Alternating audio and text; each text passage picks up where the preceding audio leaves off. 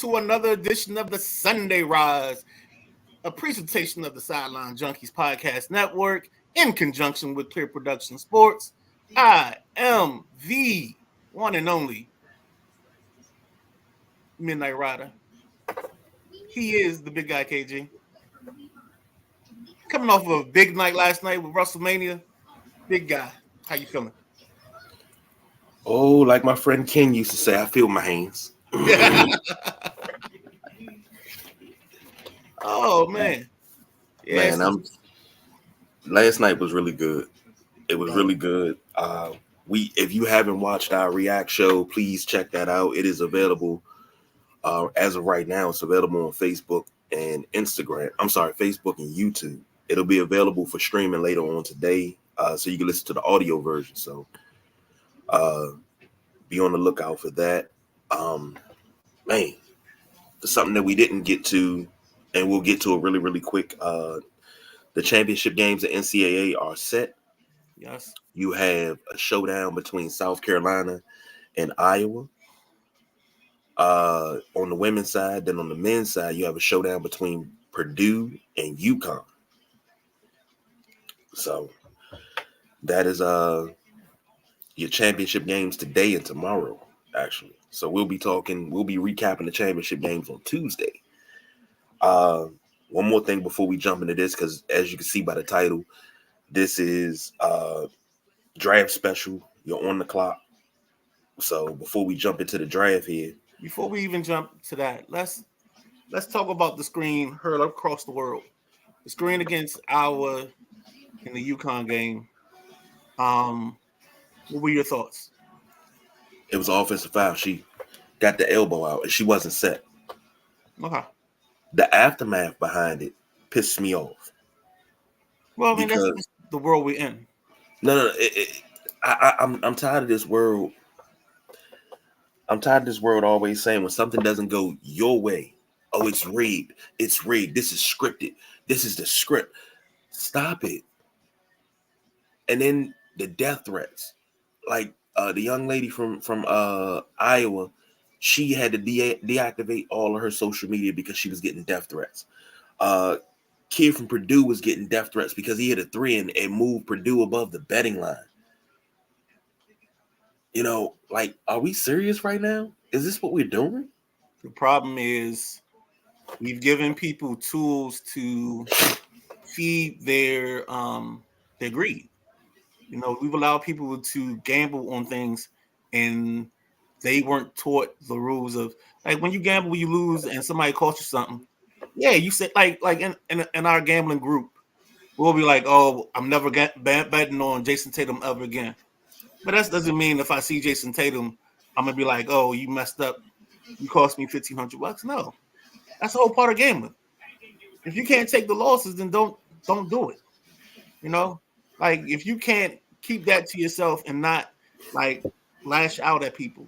Because lately, I think a lot of them. I think Westbrook had an incident the other day with a guy, and the guy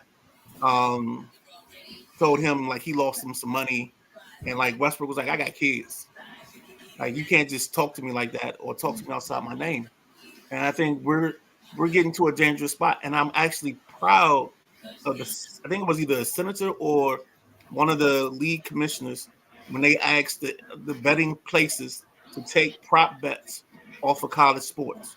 I think that's huge. I think that has to happen because it's just not right and not fair. And it lends to too much temptation for the individual players, for incidents of point shaving and things of that nature. Agreed. And I think in 2 years, within the next 2 years, we're going to have our gambling scandal, a bigger one than the Iowa and Iowa State one. And the problem is the league won't be able to push it under the rug, and we're going to have to deal with that. I agree. I don't like where it's going. I don't like that people it's your money. It's called gambling. You're taking a gamble. So do you send death threats to a lottery machine when your number doesn't come out? Do you send death threats to the cashier when you use your scratch off and you don't win? But we've been in this era of death threats for. I mean, like, I think they talk about it more, and it's more instantaneous than before. Because I'll never forget Darren Studstill, quarterback West Virginia, back in the '90s, where he used to get letters on top of letters, and a lot of those letters contained death threats. He said it was part of the thing that like damaged him going forward. I think he had a short-term NFL career with the Cowboys, and maybe Minnesota, but yeah, we've had death threats being sent to players a long time. It's just now we see it in an instant instead of having to worry about the mail going through, and Yeah, with the DMs and everything. Right. Matt chiming in, agree kids should not be getting death threats. Yeah, these are kids. These are kids. As far as the tournament go, Matt says chalk held in the semis should lead to 2 great games. I think so. And I called on the women's side, I called Iowa versus South Carolina. I still think, and this is just me, I think Gino missed the moment the other night. I think there was a couple times that he could have taken a timeout because it looked like his girls were gassed. His women were gassed. So I felt like if he had taken a TO instead of waiting for the TV timeout, he could have stole some time for his young ladies to recoup, because the one young lady, number 10, was doing a hell of a job on Caitlin Clark. And to be honest, and I'll say it here, I think Caitlin Clark is going to struggle next level. Because she doesn't have the explosive step to get people off of her. And to me, it looked like the other night, and this may be a thing where she goes, because if I'm her, I go right to Steph Curry, and I start working out with him, like learning how to get off screens, working on my handles, because I think there's a hole in her game in her handles that won't get her free against better talent. And that's not coming from a place of hate. That's coming from just what I see and how I would attack her. Okay, let me stop you right there. We're in a generation. We're talking about generations. This is welcome to 2 old men shaking their fists at the clouds. But just because you have an observation and you're critiquing a player, it's not hate. Right. It's never hate. And I hate, oh man, you hating on my No. It's good things you like about somebody's game, but it's also things that they could fix. You see holes in the game. Everybody has a hole in their game. Let me rephrase that. Not many people have a well-rounded game where you can't find a chink in the armor. Right. I was listening to a story. JJ Redick was talking about pool play for the Olympics, and he said he was out there and Kobe asked him to shoot. And he said Kobe just stood there and watched him shoot. Watch how he came off the ball. Watch how he released. He said he was analyzing me to see how he could attack me. He also was analyzing, trying to see if he could take something from that shot. Exactly. Like it is. And that Kobe was a tinkerer. He would watch you. He would find your weakness and use it against you. But then he would say, take that little piece right there. I like that. It's every time somebody says something, it's not hate. Constructive criticism. Stop being so soft. SOF, capital T, soft. Anyway, I can't wait for those games tonight. I don't know. I'm be flipping back and forth and trying to figure out how to get WrestleMania and the games on at the same time, but I'll figure it out. So I'm not even worried about the games tonight. If last night's WrestleMania is going to be the same as tonight, man, what my man Rick James say, cocaine is one hell of a drug. WrestleMania is one hell of a drug, bro. Well, let's switch over to NFL. Let's go. The Las Vegas Raiders. You are now on the clock. The Raiders pick 13. They need a quarterback, an inside offensive lineman, offensive tackle. I'm sorry, I forget that loops. An offensive tackle, a cornerback, and a running back. Midnight Rider, what do you think they go here? I mean, of course, conventional wisdom is saying that this is one of the two teams that's going to be very aggressive on April 26th and try to move up and trade up into the higher rounds of the draft. I personally believe they have to go quarterback.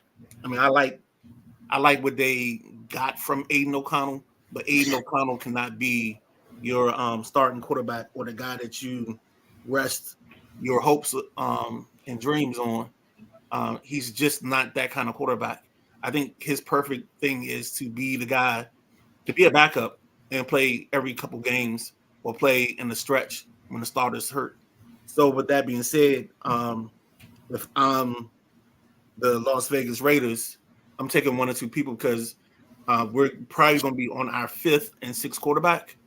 If Lion season is telling us the truth, and people think JJ McCarthy's going to go in the top 10, then now we're at the Bo Nix and Michael Penix Jr. section of the draft. I would think that they have to be.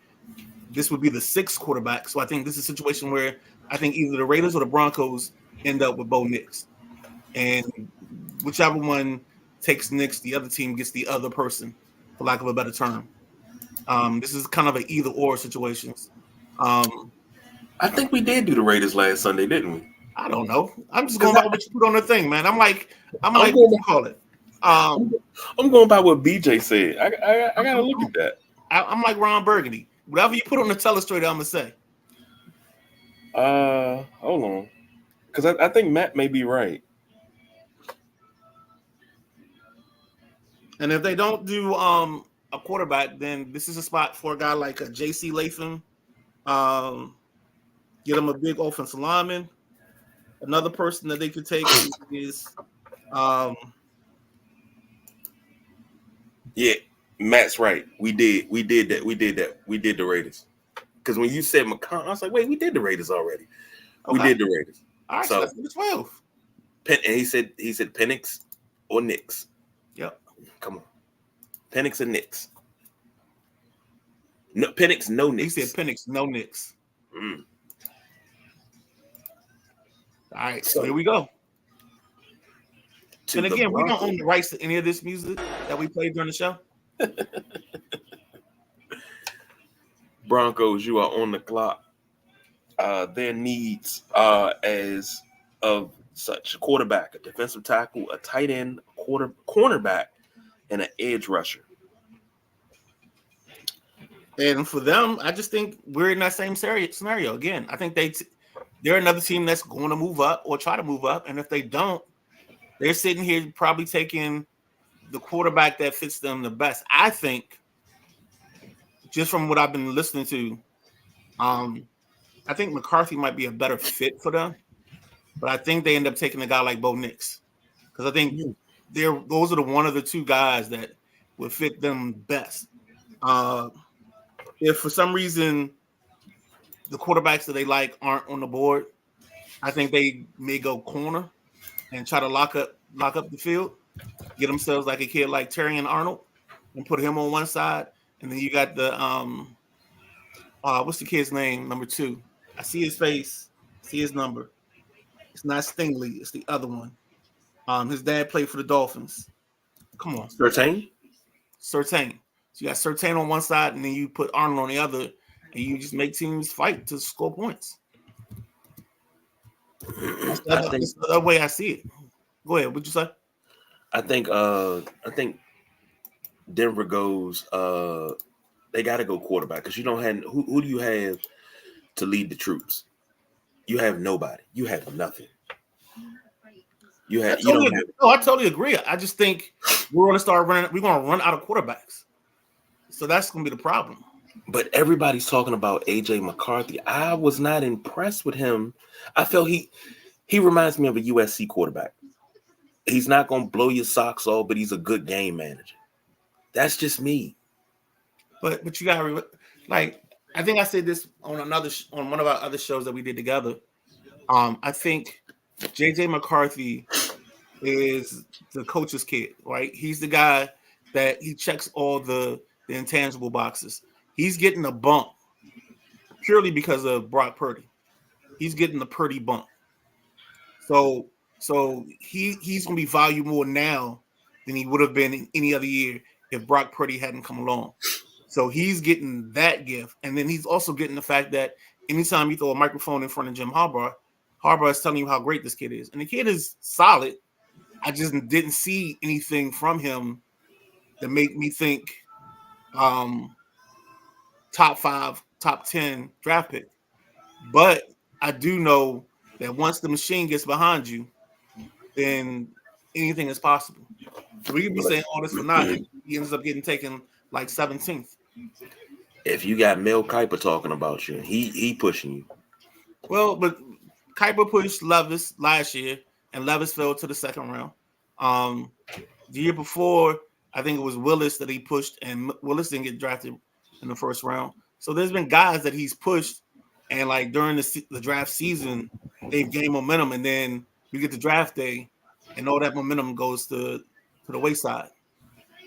It becomes the Bo Callahan from the movie Draft. Was it Draft Day? When people were asking who came to his birthday party, and you find out that none of his teammates did. Kind of get some of that scenario, and then the guy just starts falling like a lead balloon. His was crazy. You said Levis, Willis, and another name I thought about that I thought should have went higher, and I was like, I don't know why he didn't get picked higher. But then once he got in the league, I was like, okay, that's why he didn't get picked higher. Will Grier. I never.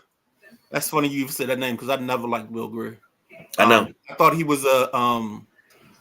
So I think he went to West Virginia. Yes. I think he was a byproduct of. What is that? I forget who West Virginia's head coach was when he was there. I think it was Holstein or one of those guys. I just thought he was a product of their system. I just didn't get it. I was never wild by his arm. Because Jeff Neal always likes to tease me because I am a arm talent. When I talk about quarterbacks, arm talent is normally the headliner for me. So, and I understand that. And there was one year I had Ryan Mallett very high because Ryan Mallett could throw a football throw the country mile. I would love to be able to see you say talk about what was the boy out of Cal? Was not Chris Redmond, Kyle Boller. Kyle Boller was. I mean, I think I was younger at the time, but yeah, I got wild by the being on one knee and throwing the football through the goalpost. I definitely got wild by that for sure. I even think I stole some of that stuff. Like when I played in different leagues, I used to warm up, just trying to like throw them from my knees because that way I knew I was incorporating my upper body and getting my upper body loose, and then I just legs involved later. Bad boy. Next up, pick number 11, the Minnesota Vikings. I think these last three teams just make it seem like I'm on record. Like I'm just going to say the same thing over and over. Like quarterbacks, I think quarterback is needed here for sure. I think you got to ensure that Justin Jefferson stays on the team. Again, I think this is another spot where a team moves up. I think the quarterbacks might benefit the most from this draft because the way we view quarterback in 2024 is totally different than we viewed it 10 years ago. Now it's more of a situation. You get the kid in the building. The second you realize the kid ain't the kid or the guy, then we got to move on. And it's like we're not taking the time to even figure out if we can fix him. They're just like, all right, let's go on to the next one. You kind of saw that with Josh Rosen. I think you were going to see that with some other quarterbacks too. That teams want to have their feel. I mean, Kenny Pickett is another guy. Like they had their feel and then they move on. But I think they got to keep Justin Jefferson happy. Yep. If they don't, they're in trouble. And that's what Matty Ice said. So whether it's McCarthy, Penix, I'd actually think Penix would be great in this offense with Justin Jefferson and a Jordan Addison. And then if they can just find them a running back later on, like a Trey Benson, somebody else to help them move the sticks. Oh my gosh. They just picked up Aaron Jones. Yeah, but you got to have another. You got to get a young kid because Aaron Jones is lately has missed at least 3 or 4 games in the season. So you got to have somebody behind that. And I think they learned their lesson last year, going with Matson, and Matson just wasn't dynamic enough. Matson's a good too. He's a good Robin or a good Aquaman, but he's not a Batman or a Superman. Oh, I love this right here. I love this. Matt says there's no QB development in the NFL no more. They're either ready or not. And I've been saying that. I've been harping on that for years. And every time I say it, they sit on the show and I say you, the boss BJ, Big Jim has said it. Delonte has said it. I think even Junior has said it to me before. Nobody's going to do that no more. Nobody's going to hold these quarterbacks' hands no more. Mm-mm. We drafted you. Either you go out here and you win or you gone. And I'm like, you're starting on, you're basically wasting your draft picks because you're not nurturing. And that's the word I use every year when we talk about quarterbacks. You have to nurture. You can't just throw them out to nature. You have to nurture. You have to give them the tidbits. You have to feed them. Make sure you build them up. Hey, what did you see there? Well, I saw this, this, and this. Okay, you missed this and this. So when you see that, look for this. Okay, next time you see, all right, I saw that. Good. Let's go on to the next one. They're still coaching quarterbacks. The problem is we're not sitting around waiting for them to figure it out. I mean, and that's probably the hard part about this. Is we're not waiting to figure out who you are. And I think Green Bay, they are the exception, but I think also they jumped the gun, not to jump the gun, but they were ahead of the curve. And of course, they took their quarterbacks in the 20s. So it's easy if I draft somebody on day one of the draft and I draft them at 22, 21, like Jordan Love was drafted, and make him sit behind Aaron Rodgers, right? But you can't draft a kid in the first round at like 10 and then expect him to sit a whole season behind Marcus Mariota. What has okay? You can't like there's certain quarterbacks you can sit behind for a year, and those are the great ones. But you bring a kid in the league, and you got we'll take the Commanders' quarterback room. You got Mariota, Driscoll, and Fromm. Fromm has already showed me what he is. Mariota has definitely shown me what he is. And Driscoll, I will tell you this, and I swear there's 2 quarterbacks I've ever watched in college football that I thought were the worst 2 quarterbacks I've ever watched. Jeff Driscoll, when he was at Florida. Matt Sims, when he was at Tennessee. And both of them had the intangibles. So quarterback coaches gave them a shot in the league, you know. Like what's the guy now that does all the analysis? He went to UVA. Kirk. I can't think of Kirk. I think it's Kirk Benefort. He was at UVA about 3 years ago. I told my buddy Al Clark when they played Virginia Tech. He mentioned the dude stunk. I said he's going to play in the NFL.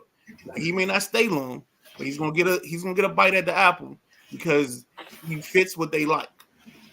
And I think he played 2 or 3 years, and now he does a QB analysis on YouTube. So here we go. Here's the thing. When you, God, just pull my coat and follow me on this one. Don't crucify me for this. When Matt said Green Bay is the only exception, the first thing I thought about, I said, okay, you take it all the way back. You get a Hall of Famer that wins you championships in a Bart Starr. You got to look at that gap that they went without having that guy at QB. Okay? Then you get the Magic Man, Wojciechowski. Then after Wojciechowski, he goes down, you get Brett Favre. Brett Favre decides to give it up. You had already drafted Aaron Rodgers, who was sitting. Boom. Aaron Rodgers wants out. You got Jordan Love. Now, if Jordan Love turns into a Hall of Fame talent,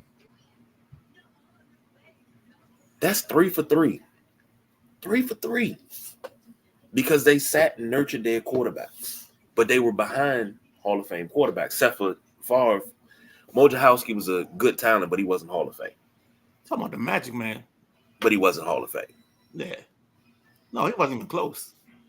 But if more teams did that, like you bring in a quarterback, and sometimes teams draft quarterbacks and they have no idea how to develop them. Then you have teams that draft quarterbacks that they don't even want. Well, there's reasons for the second statement, and most time the second statement happens because they are drafting a quarterback that the owner wants, and the football people said no to, you know, or they don't want. But I think even like I look at the Commander situation right now, and if you look at the offensive coaches, so you got Kingsbury, Tavita. I know I just said his name wrong. But Tavita played quarterback at Stanford. David Blau played quarterback at Purdue, I think. Kingsbury played quarterback, of course, at Texas Tech. And Brian Johnson played quarterback at like Washington State. So you got 4 quarterbacks in a room where you have to develop a quarterback. If that quarterback can't find success with those 4 guys around him, then he should never be able to touch a football ever again in life. Say it again. Say it again. Somebody posted content. What is JoJo talking about? Uh-oh. I ain't see that. No. It's not in the comments. It's on a post. We got. All right. In the group. Okay. Moving over to pick number 10. The New York Jets are now on the clock.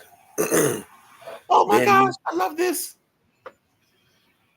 I love this because I don't have to say a quarterback's name. I don't have to sit here and say Bo Nix, Michael Penix, any of that. But I think I say somebody like Rome Odunze, the wide receiver from University of Washington. Put him on one side.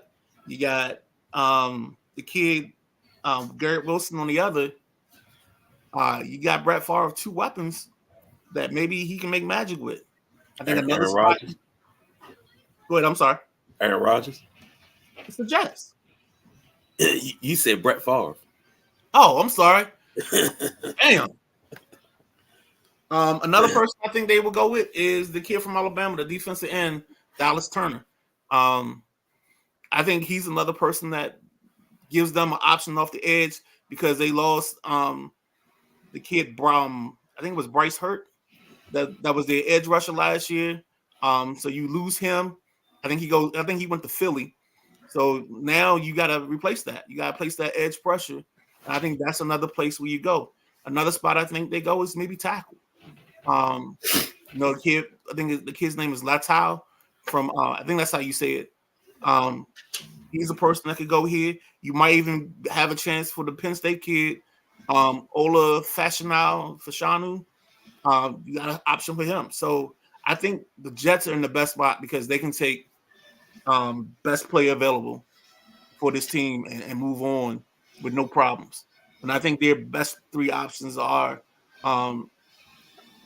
actually I gotta say 4 because this might be a place for Brock Bowers, the kid from Georgia. Brock Bowers is probably the most complete tight end in this group. He's probably the most dynamic. And if you add that to Favre, good. I said it again. Jeez, that to Rodgers. We good to go. I don't know what we're doing here.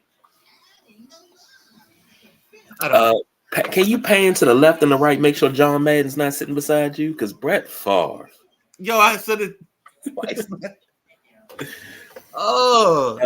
JoJo says OT, offensive tackle. Yeah. She says she has Rome going to the Bears. I actually got him going to the Cardinals. So you have him going before Marvin? Well, the Cardinals pick at 8. Okay. Matt says, can Rodgers bounce back from not being RFK Jr. VP nominee? That could be a big blow to his ego, even more than the injury recovery. Well, I mean, Matt, at this point, I just got to be able to say Aaron Rodgers and not call him Brett Favre for the rest of the segment, and we'll be okay. And JoJo said, I think the Jets should get an offensive tackle. You got to do something to keep Aaron Rodgers upright, because they have Morgan Didn't they just Moses. reacquire Morgan Moses? Yeah. Yeah, they got Wes Swipes up there at guard. Of course, you would pull that one. Of course. Of course. Of course. This is Wes. That's my guy. I know. You have your guys, I have mine. I know. That's why I just like messing with you because you always say Wes Schweitzer. Because I told Wes Schweitzer personally. I sent them. They put up his stat on run blocking, and I said, "Look, I'm 40 years old." I said, "Brother, if I run behind you, give me some tape and a couple ibuprofen. I can run for 115 every game behind you." I said, "You pulling?" And it was like on pulling plays, he had a win rate of like 93%. And I was like, yeah, I can run for 115 behind you all day long. Once you get that initial block and you win, I get second level. It's over, baby. Mm-hmm. It's done. Mm-hmm.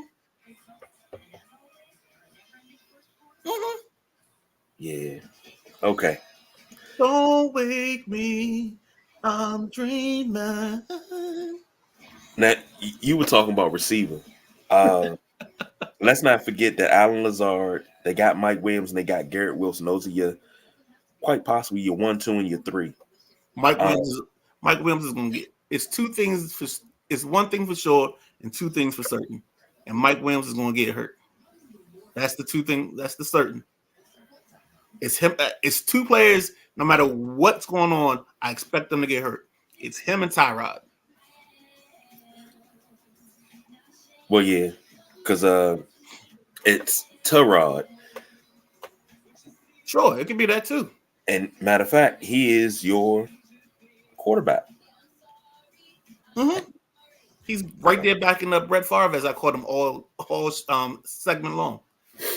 So, do you here's a question before we move on to the pick 9. Do you stick with Zach Wilson, or do you make a draft day trade and see what's the best deal out there and send that kid packing? I mean, right now, I think the best thing you can get is some stale Hubba Bubba and some Big League Chew for Wilson. I'm just saying. I mean, think about what the Steelers had to give up to get Fields. Like, these quarterbacks aren't holding value. So, and for a kid to show you that he can't do it, I mean, what's his value? So yeah, break out the Hubba Bubba and the Big League Chew, baby. Get them a 2029 second round pick. I mean, 7th round pick. You talk about Big League Chew. My mother used to buy me Big League Chew. Used to love that. You know, you chew it maybe 2-3 minutes and then all the flavor's gone. So then you just chewing gum. Yeah, just like, I mean, that was my version of having tobacco on my cheek when I was playing baseball in the neighborhood. I bet you never had the Michael Jordan gum. No, I didn't. I had a pack of that. My mom found me a pack, and it had a post about that big on the back of it. So I cut the post off the back, and it was big enough for me to wrap around my cards. So I used to wrap it around my cards and put a rubber band around it, because I only had a stack of cards like this at the time. I had just started. We'll talk about that later. Moving on to pick 9. Chicago Bears, the aforementioned Chicago Bears. You are now on the clock. Now, the Bears have traded Well, shoot, the Bears got a couple things going on. They've traded their quarterback away. So they need a quarterback, inside offensive lineman, a wide receiver, a tight end, the edge, and the cornerback. Midnight Rider. Where we going here? Well, they're taking their quarterback at 1, so they won't have that issue at 9. At 9, they get to catch me out. I think the Chicago Bears have managed. It's the Bears and the Texans the last 2 or 3 years, and the Eagles, where they've managed to put themselves in catbird seats and allow themselves to manipulate the draft how they want to. And when I say that, the Bears have the number 1 pick, which was Carolina's pick. They still have their pick at 9. So now, what's to say if the right team rings their phone because you're trying to get ahead of the Vikings, Broncos, and Raiders, or maybe it's one of those 3 teams trying to get in front of the other to go draft their quarterback, and you know what the trade is going to be. You're trading number 1, your 1 this year in exchange for theirs, and then you got to give them another number 1 next year, and maybe a 3rd or something like that. So the Bears can fatten up the coffers in this scenario. But I think if they have to draft, because this is where we talk about having to take the pick, I think JoJo has a good call with Rome Odunze, but you said you have him going at 8, so he wouldn't be available here. And I know Malik Neighbors has to go in between that, so there's no top tier receiver here for Chicago to take. It's a situation where maybe Brock Bowers comes into play, and you get your tight end of the future to go with Cole Kmet, Notre Dame kid. You know what I'm saying? The other option is get you another offensive lineman. This time somebody to put on the left side because you drafted a kid from Tennessee last year that's playing on the right. So now you got your bookends for the next 10 years. So maybe this is Joe Alt. This is Olafashanu from Penn State. Those are the probably likely characters there. Or you say, you know what? Let's double down on defense. I got Montez Sweat on one side. Let's put Dallas Turner, the Alabama kid, on the other side. And let's wreak havoc with our 2 explosive defensive ends. And that's how we go about business. Because you put those 2 guys on the ends and you get 10 sacks or 12 sacks from Sweat. You get 9 or 10 from the kid Turner. And your corner is the kid Johnson that you just re-signed to a great deal. Maybe Chicago's defense becomes a smothering defense, and it allows this kid Caleb Williams time to develop with a run game. And they kind of just now they're picking apart pieces and taking their time and letting him be a game manager before he has to be a game changer. Here's the thing. One thing. Brett Favre. Okay, go ahead. Here, hold on, let me get to this comment by Matt. Clearly, going QB at 1, he'll get the best non-QB available. They got enough holes to do that unless they trade down. I agree. But see, this is where I have to disagree with JoJo, because you have Keenan Allen, you have DJ Moore, Dante Pettis. You got who? You said Keenan Allen. You said DJ Moore. Uh-huh. And then who'd you say? Dante Pettis. Who? Here we go. You got guys at receiver. I don't want to overcrowd my receiver room. You got DeAndre Swift at running back. And I don't even see why they would go quarterback at number 1. You got Brett Rippon. The dude's got the pedigree of the Rippons in his blood. His uncle was a Super Bowl MVP here in D.C. and had probably one of the most best breakout games and seasons where he was. I mean, it's just like mind-boggling. You would actually not give him the keys to the Ferrari. All he got to do is not strip the gears. What are we doing here? You going Caleb Williams over Brett Rippon? This is crazy. This is absolutely, positively asinine. You know what you do with that number 1 pick? You trade down. You find a team, you trade down, you get 4 number 1 picks for the next 5 years. Then after that, you take those 4 number 1 picks over the next 5 years and you turn those into 7 second-round picks. That way you got daggone 35 picks for the next 10 years. almost took you serious at the beginning of that statement. I know you did. That's why I had to stop myself. I was like, what? Oh man. But no. Yeah, I think you're absolutely right. I mean, I think the Bears go Williams one, and then you take the best talent or the best person that fits your needs. And I really think if the Bears continue to push this can down the road, they'll take a trade back in this scenario, get them a one for next year, and again next year they have two picks. Dante Pettis, right, JoJo. Dante Pettis, exactly. Dante Pettis. Y'all brutal. But no, but didn't that sound like a fan of a team that just feels like they know better than everybody else? Yeah. Oh, you know what that reminds me of? Robin Ficker. My name sounds familiar. The Washington Bullets super fan. That's what I thought that was. Okay. And it reminds me of that, not because he was like, he would say something crazy like that. He told Charles Barkley one night down at I think it was USA Arena then, but he told Charles Barkley, he said, "See George Mirasan, you're not stopping him. Best center in the league." And what's crazy is Charles Barkley talks about him on TNT from time to time, and he stays in touch with him. But it's that level of love for your team. But then you got people that go a little bit too far. And like, we don't need to draft Caleb Williams. We got Brett Rippon. Like, look at who this kid's uncle is, man. All you got to do is just give him the time. Let him just go with these receivers. Man, you put a line in front of him. Yo, we 13-4 automatically. We win in the North. No, you're not. So I made a statement last year in a tweet to B. Mitch and Finley. I said that the Washington fans and the way that Joe Gibbs won Super Bowls ruined this fan base. Because this fan base wholeheartedly believes that if you build everything else around the quarterback and you have a run game or offensive line, you can put anybody at quarterback. Like this, that is the staunch. If you take any segment on quarterbacks, from radio the last 10 years, I guarantee you, in any one of those, that 10-minute segment, there's a guy going to call in.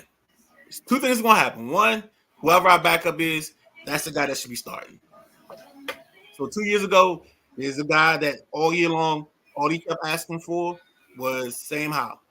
Oh, Sam Howell is the best quarterback on this team, blah, blah, blah, blah. And he probably was, but he was a rookie and Ron wasn't going there. Last year, there's a guy. There's actually two guys. One guy said, "Oh, we got to play Jake Fromm." And I was like, "No, we don't." You got to see what you got. There's another guy that every time he called, he didn't end a phone call without saying Jacoby Brissett. And I love the fans of this area. My favorite fan is Dr. Sabah from North Carolina. Dr. Sabah, no matter what we're talking about, we could be talking about what's the synchronized swimming in the Olympics, and somehow Dr. Sabah will find a way to mention Taylor Heinicke, no matter what we're talking about. We could be talking about track and field, but it'll all dovetail back to how Taylor Heinicke should still be our quarterback. Like I love listening to the radio because it's the guys, and maybe a guy that we need to talk to is the king of the 757, Paulie. I don't know if you have any ties with him because I know y'all probably been running that John Thompson / Doc Walker / Brian Mitchell circuit. But Paulie's probably somebody we might want to try to just get in and have a conversation with, man. Like have him for the Joe the Fan segment. Because the guy knows his stuff. But he's another guy that he'll talk about building a line and yeah. Now here's what's funny. You say Joe Gibbs spoiled us. Now we got one more pick to get to. You said Joe Gibbs spoiled us, but how did the Cowboys win their 3 championships in the 90s? They took that blueprint and went on with it.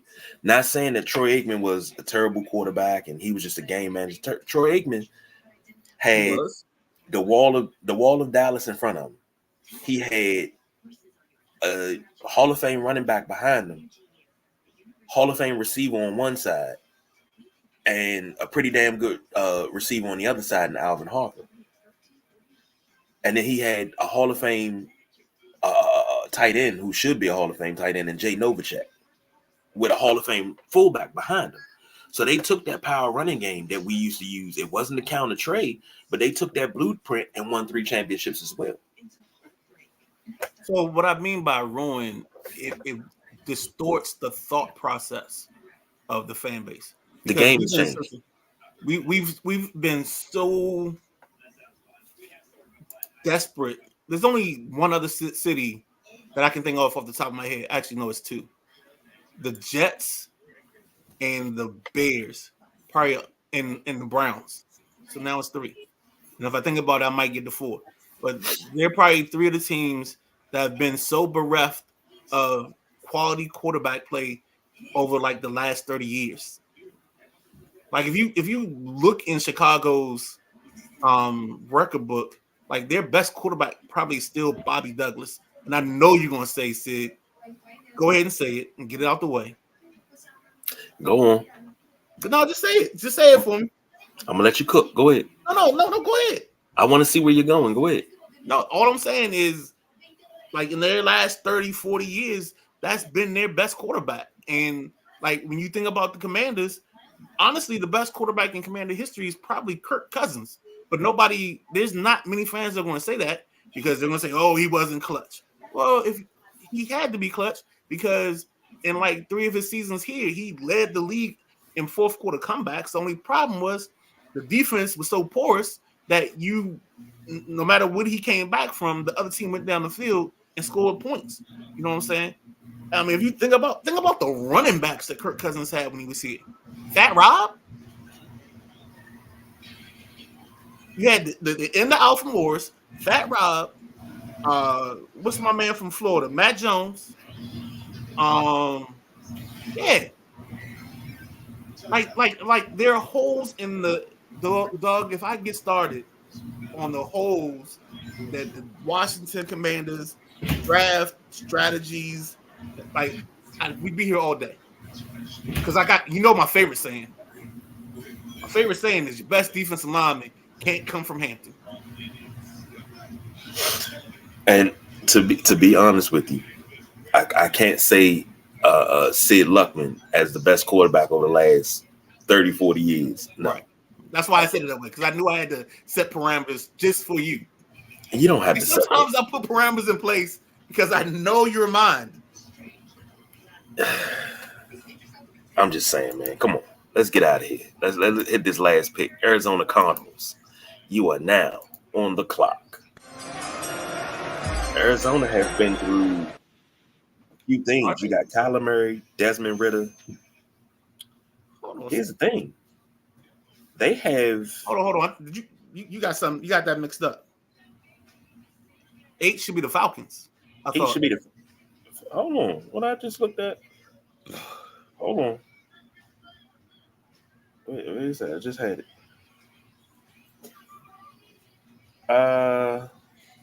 Unless you got a trade that I don't know about. Hold on. I see. Yeah, you got caught by NFL Network. Yeah, that's where I was at. Yeah. So it's the Falcons, and they had a trade of the Falcons moving up to 4, and the Cardinals moving down to 8. That's why you got the Cardinals on your board.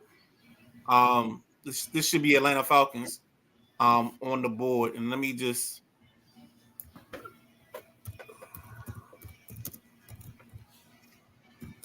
Well, we can change that. But I like the thought. You know what? The thing about it is that probably should be what happens. The Falcons are another team that should be able to take advantage of the draft board and use it to the best of their ability. Yeah. So Zerline has another trade. Yeah. So it's the Falcons at 8, and if the Falcons are at 8, there's two names because I think the Falcons have one job this offseason, and that's to get better at rushing the passer. So I don't know if it's the kid from FSU, Jared Verse. I don't know if it's again the kid from Alabama, Dallas Turner. But I think they got to rush. They got to put some pressure on the quarterback to help the Kirk Cousin led offense of the Atlanta Falcons, where hopefully they will spotlight the best running back in the league, in my opinion, B. John Robinson, my guy. I'm standing on the table for B. John.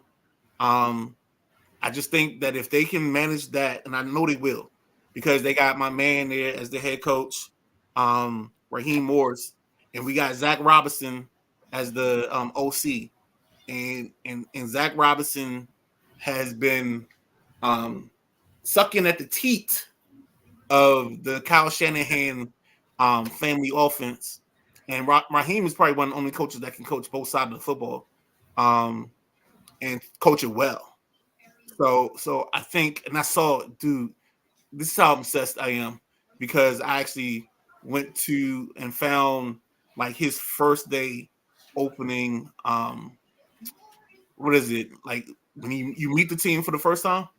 Mm-hmm. And I sat there. It was on YouTube, and they showed it, and I literally sat there for the duration of the meeting. I sat in the Atlanta Falcons team meeting. That's how much I believe in Raheem. It's probably if I didn't have a team, or if I was one of these people that like I could change teams willingly, the Falcons probably would be the team that I'd root for next because I think Raheem's gonna have them in such a good space from an offensive and defensive spot, and I think they win their division honestly, and I think this pick helps solidify that, and that's why I think they go pass rusher. If they don't go pass rusher, you can take one of the wide receivers here. I think you can't do tight end because you got Pitts, and I think they're going to unlock Pitts this year with that offense. Look for the play action boot where the tight end leaks out to the backside and up the sideline. I think that's going to be a big play for them this year. And then if they stay true to the Shanahan method, I think they find them a speed receiver later on in the draft, and they take a kid. They almost do like an Aldrick Robinson type of thing. You find a kid that's just really fast, and on certain situations, you put him in the ball game, go play action, boot, run away from him, and let him do the backside post like his life depended on it. Mm-hmm. Now with this Atlanta team, I'm looking over the defense, and a name just popped out at me. None other than DC's own Eddie Goldman. Came out of retirement. That's the kid from FSU, plays defensive tackle, right? He was in the Bears. They got him listed at N. So he might have moved to the outside, but he came out of retirement, came back to the Falcons. Because I remember he sat out for COVID and then he kind of retired, and then he came back. But I've been a fan of this cat for quite some time. There's one day that I'm not doing it to show off, but like we could do names, and I can probably give you their college, if not high school, at some point. It's not like it used to be. Like we had known each other about 3 years ago. Like you'd have been nauseated at how I do that. Like I literally sat one day. It was a preseason game. I forgot who the Commanders were playing because they weren't the Commanders, and they were still probably the Redskins. And I was at my buddy's house, and we were watching the preseason game. And every time a player showed up on the camera, I was like, "Oh yeah, he went to blah blah blah blah blah. He played 3 years there. Boom boom boom boom." And my buddy would look at me, like, "What?" And then, sure enough, the announcer 30 seconds later would say everything I just said. He's like, "Yo, dog, you need to get a life." I said, "Nah, I just love college football, man. like I love college football. So like doing this draft, even though y'all made me do it in reverse, and I was bitching and complaining the whole time about it, but I actually love this process. I love the process. And draft day, I don't know how we want to do it, but I think JoJo's a Green Bay fan, so we can't put her in it. But maybe we get Matt. who else is a fan of a team in the top? Maybe we get Delonte if Delonte's available. Okay. And maybe we just sit around like 4 or 5 of us, and it doesn't have to be an official show. I mean, I think Thursday night is the first day of the draft. So we do the Thursday night. I'm sorry. I messed up. Thursday night throwdown. Yeah. So we do that. But there's a possibility that maybe we do something like that, or we do something in conjunction with maybe one of my new favorite guys is. I did a show with him on All In Sports, Jack Carr. Maybe I can get Jack involved. But maybe we just do a draft thing where we go through like maybe the first 10 picks of the draft.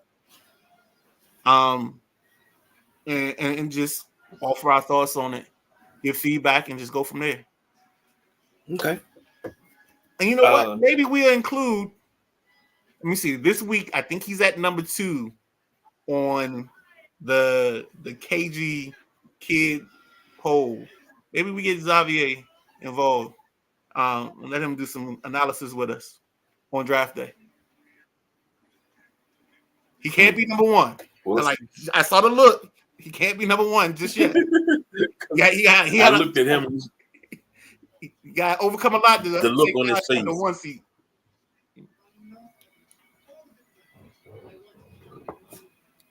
Is there bread?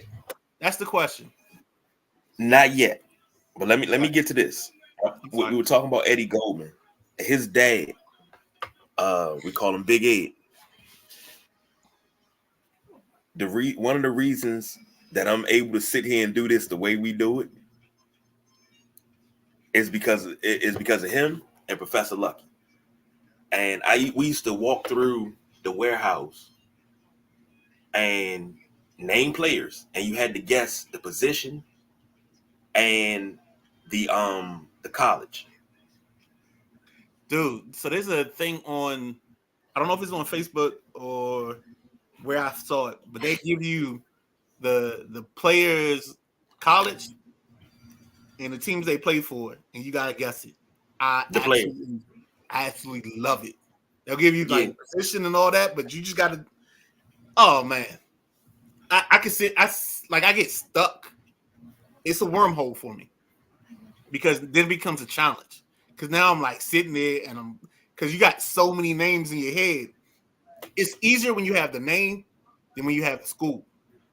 So like I struggled because they showed cornerback. It said FSU, Falcons,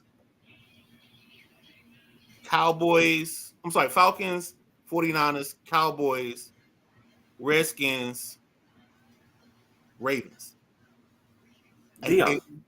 Yeah, but for me, it's different. Like that's the backwards part. Like my mind struggles to work in those areas. Like if you had said, all right, let's just name a player that you can think of. Percy Snow, Michigan State, middle linebacker, wore number 49. Go. Play for Kansas City. Jeez. You tried to stump me. Yeah. Let's go. Oh my goodness. Most people don't get Percy Snow. Okay. All right. Keith Van Horn. University of Utah, played power forward, played for the New Jersey Nets. Nah. Football Keith Van Horn. Now that's a good one. That's a very good one. Because this that's brain Van Horn with the E. Keith Van Horn football. I don't have a file. I'll give you that one.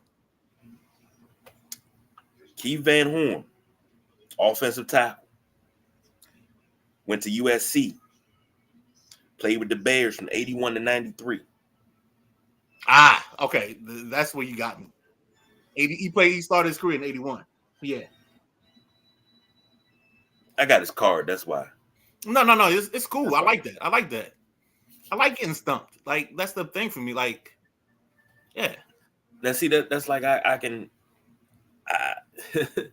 one of my favorite players growing up, and people say, why? I was like, I don't know. we're in the wormhole. Do we want to like get out of this and then do the wormhole on the On the WhatsApp? Yeah. Yeah. Not even on the WhatsApp.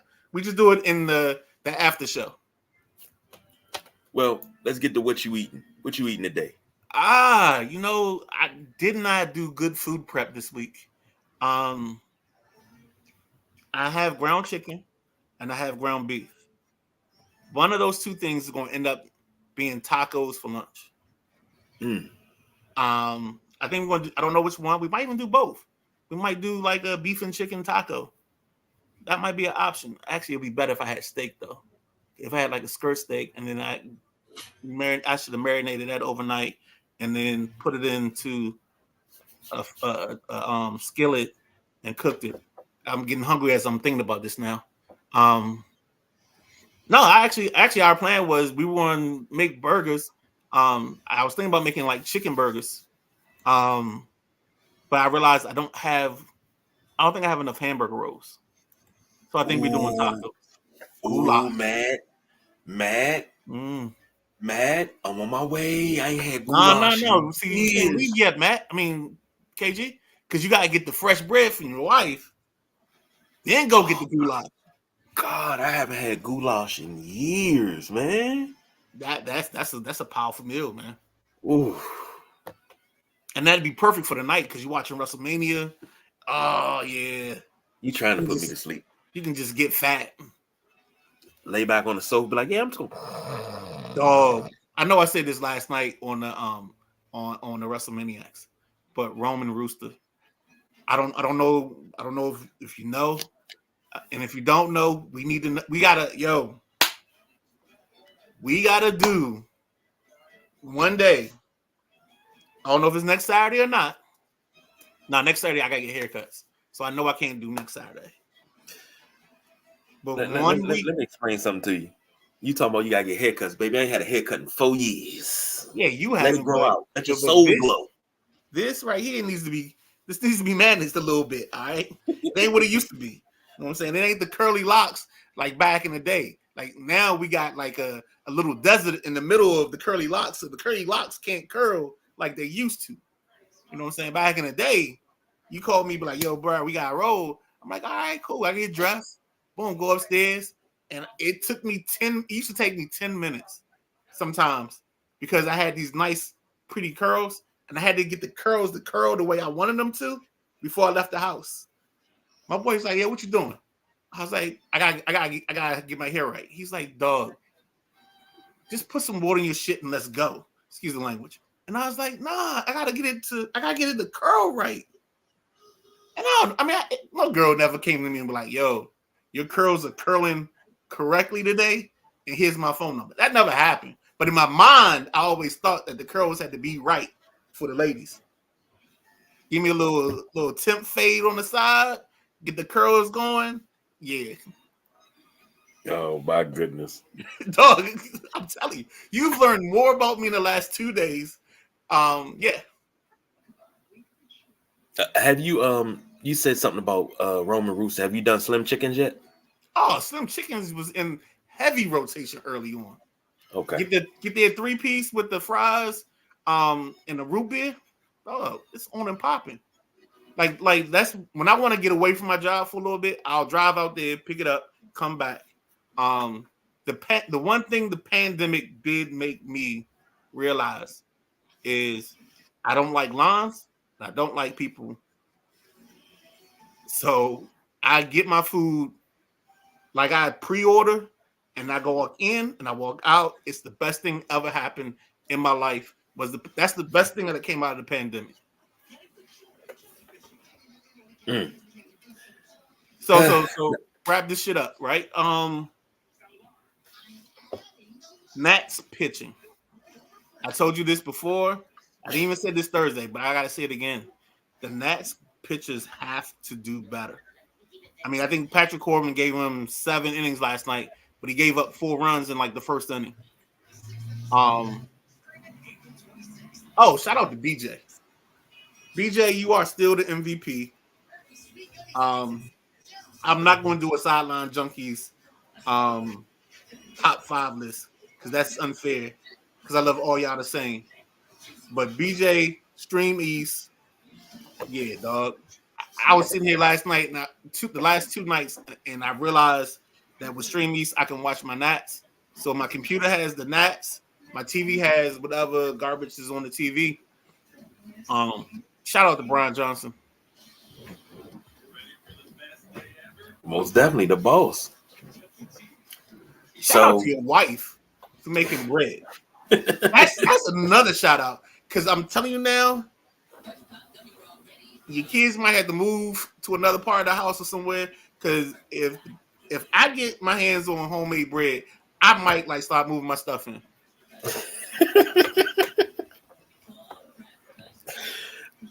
All right. You give me bread and some good butter, dog. Now here's the thing.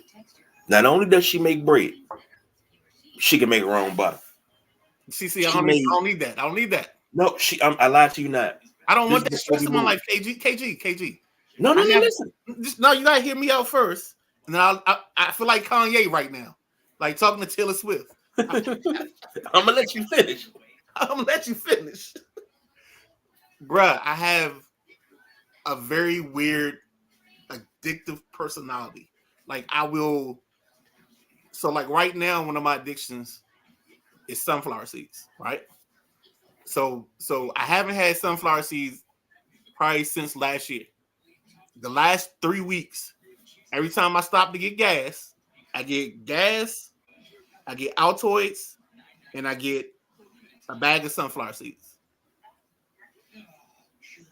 And honestly, the funny thing about it is the same guy for the last 8 years that waits on me at the BP by Josh's house in Woodbridge.